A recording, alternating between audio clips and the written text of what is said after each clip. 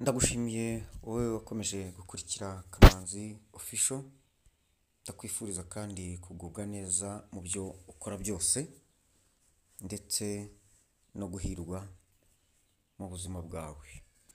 Mu mwanya rero tugarutse kugira ngo tuganire kuri Pi Network, tugiye kugaruka kuri izi ngingo ariko ziherekejwe cyangwa se ziyobowe insanganyamatsiko igira iti agapfa kaburiwe n'impongo. Ijambo iyo mbimenya ryaje nyuma. Tugiye kugaruka rero kuri izi ngingo twihuse kuko dufite igihe gito kandi tugomba gukoramo ibintu byinshi. Turagaruka kuri izi ngingo. Twabateguriye amahugurwa, urihe ngo uyakurikirane. Turababwira kuri Open Network n'ibiteganijwe. Turagaruka kandi kuri poromosiyo yabashyiriweho ku bakeneye ubufasha, hanyuma kandi dusoreze kubifuza kubona payi nyinshi mu gihe bamayininga babigenza bati, cyangwa se baca mu zihe nzira. Reka rero twanze iki? Nk'uko mubizi, abantu benshi ntabwo bazi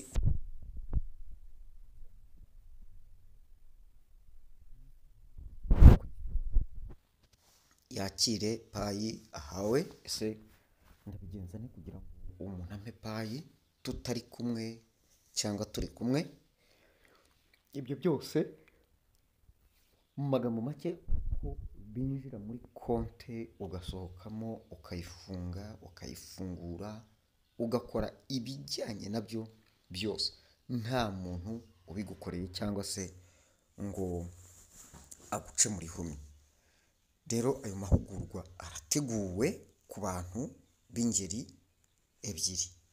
Birasaba iki?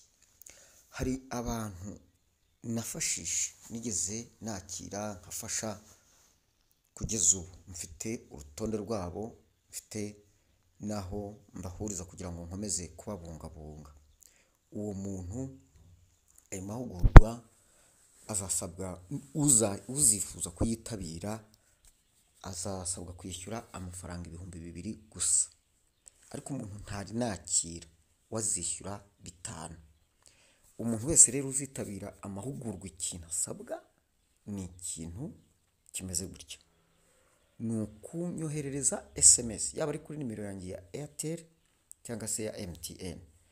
SMS umbwira ngo ndi kanaka nzaza mu mahugurwa, cyangwa se niyo wanyandikira SMS gusa ngo nanjye nzaza mu mahugurwa.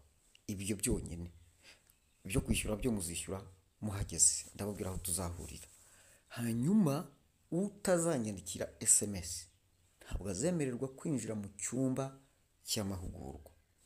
Kandi uwo mubare, ni ukuvuga ngo uwo mubare ukenewe bitarenze uyu munsi. Uyu munsi ni kuwa gatanu. Ni ukuvuga ngo ndarara ntanze lisite y'umubare. Hari umubare ntarengwa. Umubare ntarengwa ni abantu 80. Rero kugeza saa 6 z'ijoro niwo mubare, uwo mubare ndi bube nabonye niwo ndi buripotinge. Ubwo rero uri bwumve iki kiganiro wese ngusabye guhita unyohereza SMS gusa kuri nimero yanjye ngiyo kuri ekara, ugira uti nzaza mu mahugurwa, cyangwa se uti nanjye nzaza mu mahugurwa. Ako konyine karahagije. Iyo SMS niyo ndi kodinga, nimpa imibare ndi butange ngayo nguko. Hanyuma rero mahugurwa azabera he? Azabera kuri Great Hotel hariya mu Kiyovu, ni haruguru ya Cercle Sportif. Unyuze kuri Ecole Francophone uzamuka ujya mu Kiyovu ku cyumweru saa 8. Ni ukuvuga ngo saa 8 zuzuye tuzaba turi muri sale, nta muntu wundi uri bwinjire, twafunze. Uzaba adahari tuzafata abo ngabo. Bivuze ngo saa 8 nibwo tuzatangira. Saa 8 si ukwinjira, saa 8 ni ugutangira, ntabwo ari ukwinjira. Tuziga iki rero? Nkuko nari mbibabwiye, tuziga kumenya uko bafata passphrase bagafungura konti blockchain bakinjiramo, hanyuma twige uko bashyiramo passphrase bashyiramo konti payi bakishyura konti y'umuntu, ukishyura. Ese iyo ifungutse bishyura bate?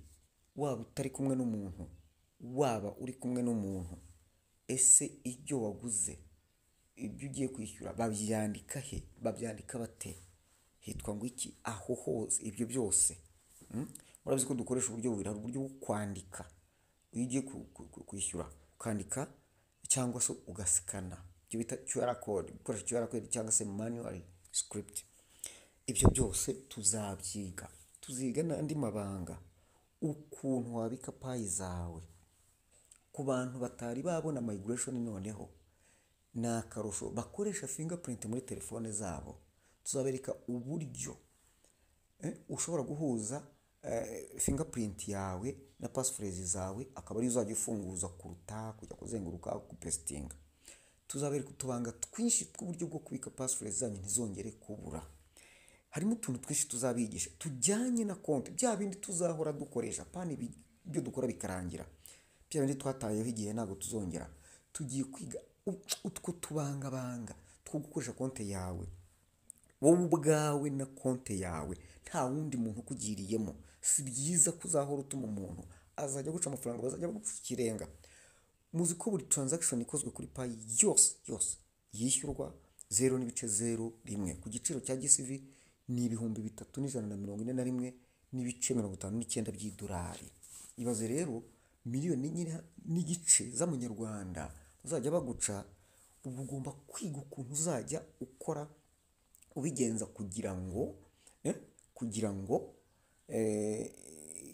we gukora transactions nyinshi, kugira ngo bagucaginge menshi, kandi wa muntu uzajya ubigukorera nawe azajya agira icyo aguca cyinshi cyangwa gike, ariko kirahari. Rero hano ndifuza ko buri wese uzaza agomba kuzagenda abizi, sibyo? Abizi ku buryo ushobora kujyana na dokima byanditseho uko bikorwa intambwe ku ntambwe, kugira ngo uzajya ukifashisha uvuga uti aka ngaka ni agakarine kanjye ngendanwa kanditsemo uko nzajya mbigenza intambwe ku ntambwe, nta rujijo, nta mpagaze hejuru, nta uzi ibyo nakoze. Ngayo nguko ikindi nagira ngo ibyo ndibyo tuziga. Hari n'ibindi ntababwiye ariko tuzigamo, hanyuma buri wese arararitswe. Utazaza ubwo nyine yitegure ibizajya bimubaho, iyo ngiyo nyine kubera kutamenya. Nyamara hano ni umwanya wo kugira ngo umenye, na ba bantu batagize icyo basobanukiwe uzabimenya. Nk'uko ubona winjira muri telefone yawe ugakora utuntu. Hari n'utundi tuzabigisha tudashaka kuvuga hano, hatagira n'abaza kutwumviriza. Hanyuma rero ibyo ni ibanga rihishe abakunzi banjye. Icya kabiri rero, open network izazana n'ibihano. Ndagira ngo mburire kandi nibutse umuntu wese uzi ko afite igikorwa na kimwe yanyuranijeho n'amabwiriza n'amategeko agenga imitunganyirize, imikorere n'imikoreshereze ya account ya Pi Network, ko buri kimwe gifite amategeko akigenga. Open network ntabwo izaba uri muri abo bantu ngo bibure kukugiraho ingaruka. Buri wese yicare yiteguye, kandi uwigenzura niyigenzure, arebe icyo yakoshejemo agikosore hakiri kare. Bitabaye ibyo, benshi ibihano bizabageraho. Ndagira ngo nibutse abantu bishoye mu bintu byo kugura no kugurisha payi bakoresheje amayeri, ko nabo ingaruka zishobora kubageraho. Nkaba mboneyeho kwibutsa abantu mbaburira ko umuntu wese ubigerageza ubishakisha nabireke, kuko ni ibibazo bishobora kumugiraho ingaruka zikomeye. Icya gatatu, promosiyo nabashyiriyeho irarangira uyu munsi kuwa gatanu. Muzi ko nabafashaga umuntu ufashije, nubwo mutaza buri gihe, ari rimwe na rimwe ushobora kubona nk'abantu nka 2 mu cyumweru. Nabashyiriyeho ubundi nabacaga insimburamubyizi y'amafaranga 10,000. Gusa insimburamubyizi ni serivisi. ariko ubu nashyiriho ka poromosiyo k'ibihumbi bitanu, kandi nagira ngo mbabwire yuko utari buboneke uyu munsi ku wa gatanu bikarangira, nabashyiriyeho uburyo bwo kubukinga ni ukuvuga ngo niba ushaka kubukinga ni kuri bitanu, ushobora kutaza none ahangaha ukavuga uti reka mbe nyatanze ariko nzagiye gukoresha nyuma, ukayohereza iyo meseji nkayibika, aho uzazira ukabona umwanya ukazaza nkagukorera ibyawe kuri ya poromosiyo kuko wayishyuye mbere. Abatabishobora cyangwa batabishaka ni umwanya, ni akazi kabo. Nzi neza ko benshi ibi ndimo kubabwira hari abatabyumva kandi ikiganiro bakibonye. Ndumiwe koko, reka ndekere aho ngaho. Yego, hanyuma rero icyo nacyo ngisoreje aho ngaho. Ubu ni ukuvuga ngo kugufasha ni ibihumbi bitanu, birarangira n'uyu munsi ku wa gatanu. Niba utabishoboye urayishyura, ube ugize ute ubukinze, hanyuma aho uzazira umufashe nta kibazo. Ngiye kongeraho akandi kantu, umuntu uzaza mu mahugurwa akishyura ibihumbi bitanu, ibi ni iby'amahugurwa gusa, iby'amahugurwa gusa, ntabwo harimo ya serivisi. Nushaka ya serivisi uzongeraho ibindi bitanu. Ubwo ni ko umuntu ntari nakira. Amahirwe menshi abona abantu nakiriye kuko aribo bantu banjye nyakuri turi kumwe. Hanyuma rero ndagira ngo soreze ku kintu cyo kongera payi. Bamwe mu bantu bishoye mu bikorwa byo kugura payi, hari uburyo bwinshi kandi bwiza butagira ingaruka bwo kongera payi kandi bwunguka. Nk'uko mbafasha kuzuza konti zanyu, kuzikosora, kuzishyira ku murongo, mbafasha no kongera payi mu buhe buryo. Njye turavugana nkagufasha kwinjiza abantu kuri username yawe, umpa invitation code yawe, hanyuma tukumvikana. Twamara kumvikana nkagushakira abantu bakinjira nkabinjiza kuri invitation code yawe. Wabyumvise? Ibyo bizagufasha biguhe umutuzo, sibyo? Bizagufasha biguhe umutuzo kandi ubone abantu. Ibi ngibi hari abo mbifashamo, barahari babaha ubuhamya maze kubifashamo, batari umwe batari babiri. Hanyuma rero umwanya ni uwanyu, amakuru mbahaye nayo. Mwitegure open network isaha n'isaha, mwitegure itangazo rizasohoka. Ubu tutegereje itangazo umunsi wa gatanu, mbese ku wa gatanu tuba dutegereje amaso ameza atya. Itangazo rishobora kuza ritubwira umunsi wa open network ni uwuhe. Open network icyiciro cya mbere. Rero mube maso kugira ngo buri wese akanguke akore ibishoboka byose, twibuke kumayininga, dukore buri kimwe cyose, ariko dutegereje open network. Dore ko imibare yari itegerejwe yuzuye, nta kindi. Ubu dutegereje itangazo. Twirinde ibikuba, twirinde ibikabyo, twirinde kurangara, twirinde amakosa, twirinde ubujiji, dukosore buri kimwe cyose, dutegerezanye amatsiko, ariko no kumva ko ntacyo tubura, no kuba tuzi ko ntacyo tubura.